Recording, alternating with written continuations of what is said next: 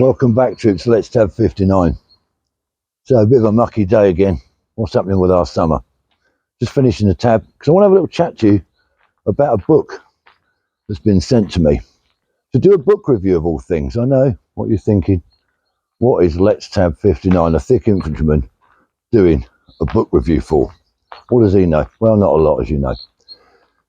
So how did it come about? Well, somebody saw some of my videos and emailed me and said, look, I've written this book and I wondered if I was to send you a copy, would you have a look at it and maybe do a book review for me? So you've got to bear with me because I've never done anything like this before, but I like a bit of a challenge. I don't mind having a go at stuff. So this guy, John Robinson, wrote a biography about himself. And the reason he wrote the book was not initially to get it published.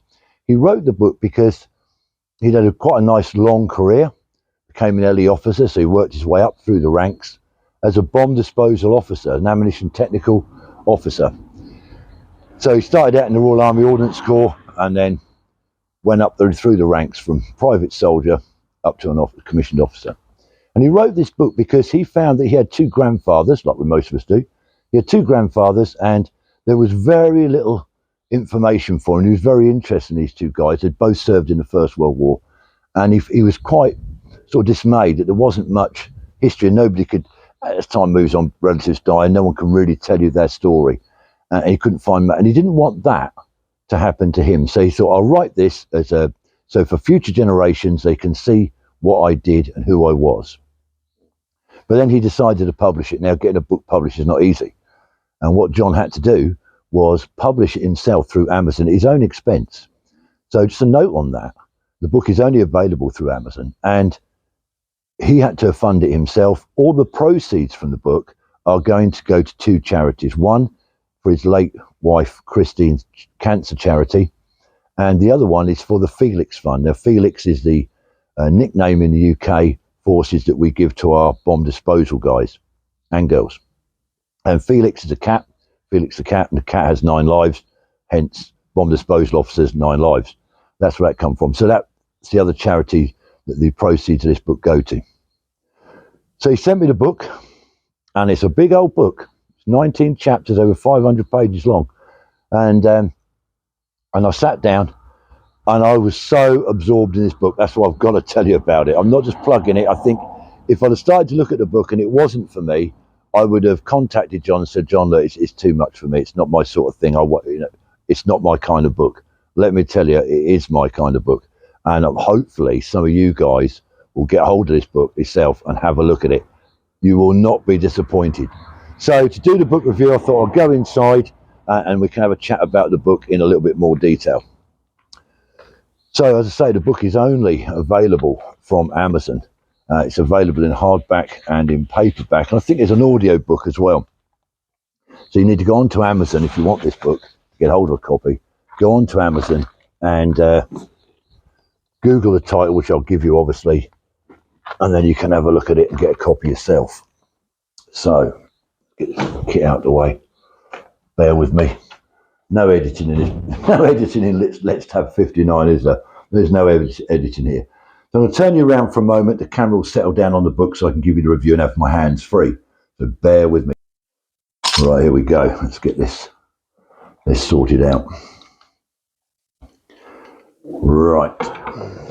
So bear with me a couple of seconds. Let's get this sorted. There we go. There's the book. Let's get that lined up.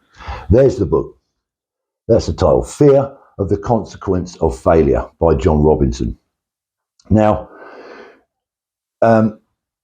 normally when someone writes a biography and it goes out for publication, normally these are done by celebrities, footballers, etc., famous actors, actresses, singers, whatever. And obviously there is some politicians, but also some autobiographies by military people. In fact, I've read a couple. I've read Sir General Mike Jackson's autobiography and also the one by Sir Peter de Villiers, Looking for Trouble, I think that one's called. And they're great. And John says that I'm just an ordinary soldier. Well, after reading this book, I can tell you John was definitely not an ordinary soldier. He was an extraordinary soldier. So there is other books written by bomb disposal operatives. I remember reading one, was it Chris Hunter, 8 Lives Down? That's quite a good book. But normally, military books that are written by soldiers or ex-soldiers rather, it's normally SAS guys or people in elite forces, you know, with flames on the front and people hanging off of helicopters going through windows in black kit, etc. But this is written as an ordinary soldier. Though I say he's not an ordinary soldier, he's an extraordinary soldier. So don't let the cover of that book, I mean, you look at the cover, there's nothing dynamic necessarily on the front. The title is not a dynamic title in many respects, but like I say, it's a wolf in sheep's clothing. This book is well worth looking at. So the book starts off with John talking about his childhood. His father was a soldier, so John was a Pads brat. I did a video very recently about Pads brat. John was a Pads brat. His father was out in Aden. He has memories. John has memories of being out in Aden and other places. And then it comes a time where John wants to join up, and John himself joins the army and goes into the Royal Army Ordnance Corps, which is unfortunately long gone. It's now part of the Royal Logistics Corps. Now, the Royal Army Ordnance Corps within that, they had lots of different trades, but one of their trades was EOD, Explosive Ordnance Disposal, bomb disposal, ATOS. And that's what John went into. He talks about his early life as a child, as I say, growing up as a soldier's son, and the different exploits and mischiefs that he gets up to in that, which is quite interesting.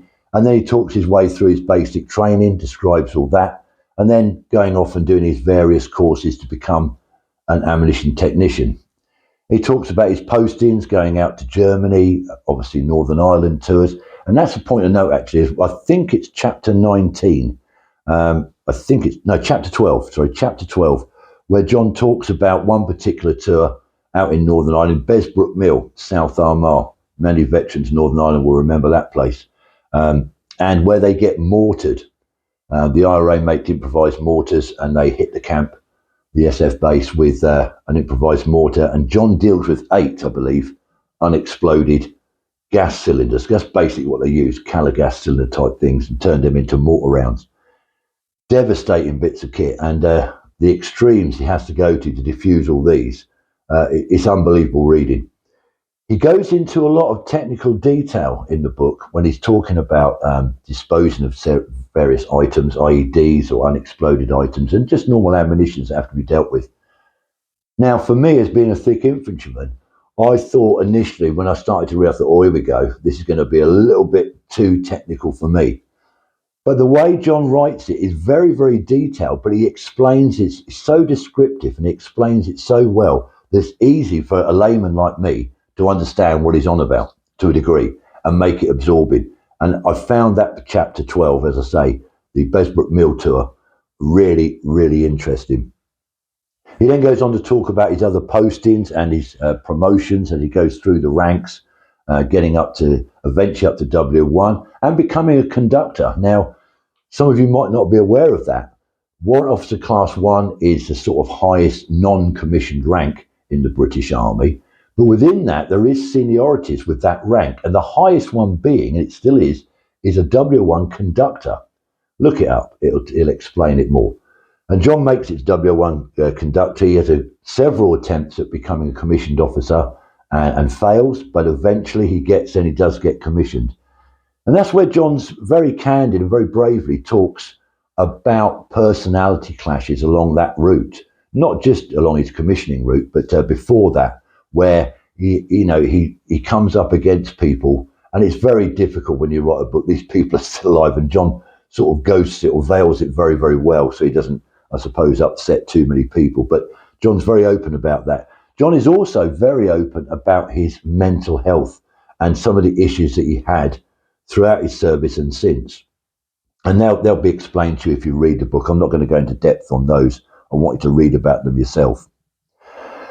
So as I say, the book is very, very detailed. He really does suffer.